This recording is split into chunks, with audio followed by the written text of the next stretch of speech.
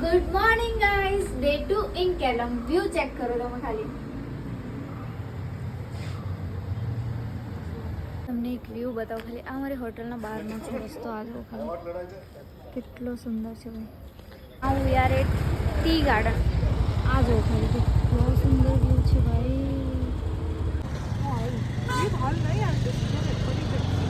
T ગાર્ડનના રસ્તામાં એરા photoshoot વાળા હોય છે. આ લોકોના પાસે મેં ફોટોશૂટ કરાવેલો હતો અને આખો ડિટેલ્સ વિડીયો તમને જોઈતો હોય તો એ યુટ્યુબમાં હશે અને પોસ્ટ હું જલ્દી કરીશ આ ફોટોસની.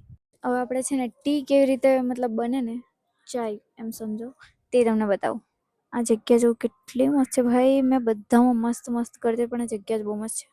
પહેલાં અમે જે અહીંયા મ્યુઝિયમ હતું તે વિઝિટ કર્યું. અહીંયા બધા અલગ અલગ દેશથી લાવેલા એન્ટિક પીસ મૂકેલા હતા. કેલ્ક્યુલેટર, ટાઈપરાઇટર, રેડિયો, બધું જ. બધા એન્ટિક પીસ બહુ સુંદર હતા. બધું નહીં બતાવી શકો એટલે થોડું જોઈ લેવા. વાસ જો તમે કેટલા મોટા છે અહીંયા. આ મ્યુઝિયમ વિઝિટ કરીને પછી અમે ઉપર ગયા જ્યાં અંકલ અમને લીવમાંથી ચા કેવી રીતે બને ને તે સમજાવતા હતા. અને આ મશીન છે જે લીવમાંથી લાસ્ટમાં ચાય કેવી રીતે અહીંયા બહાર આવે ને આ જોઈ શકો તમે.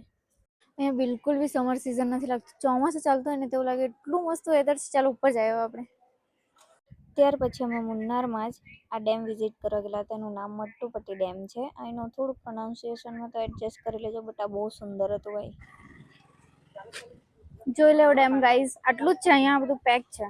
આ જો અહીંયાથી જો અહીંયાથી ફ્લાવર જોવો ગાઈઝ. આ ઝાડ પર મારું દિલ આવી ગયેલું છે. બસ કેટલું સુંદર છે. અમે બોટાનિકલ ગાર્ડનમાં આવેલા છે અહીંયા મુન્નારમાં. આ ગાર્ડનમાં ચેર મસાજ વાળો હતો તો અમે આ મસાજ બી કરાવી લીધી ગાઈઝ. મિરર બી તૂટેલો છે ગાઈઝ. જો બટરફ્લાય જેવા દેખાય નજીકથી જોઈએ ને તો બહુ જ ક્યુટ છે.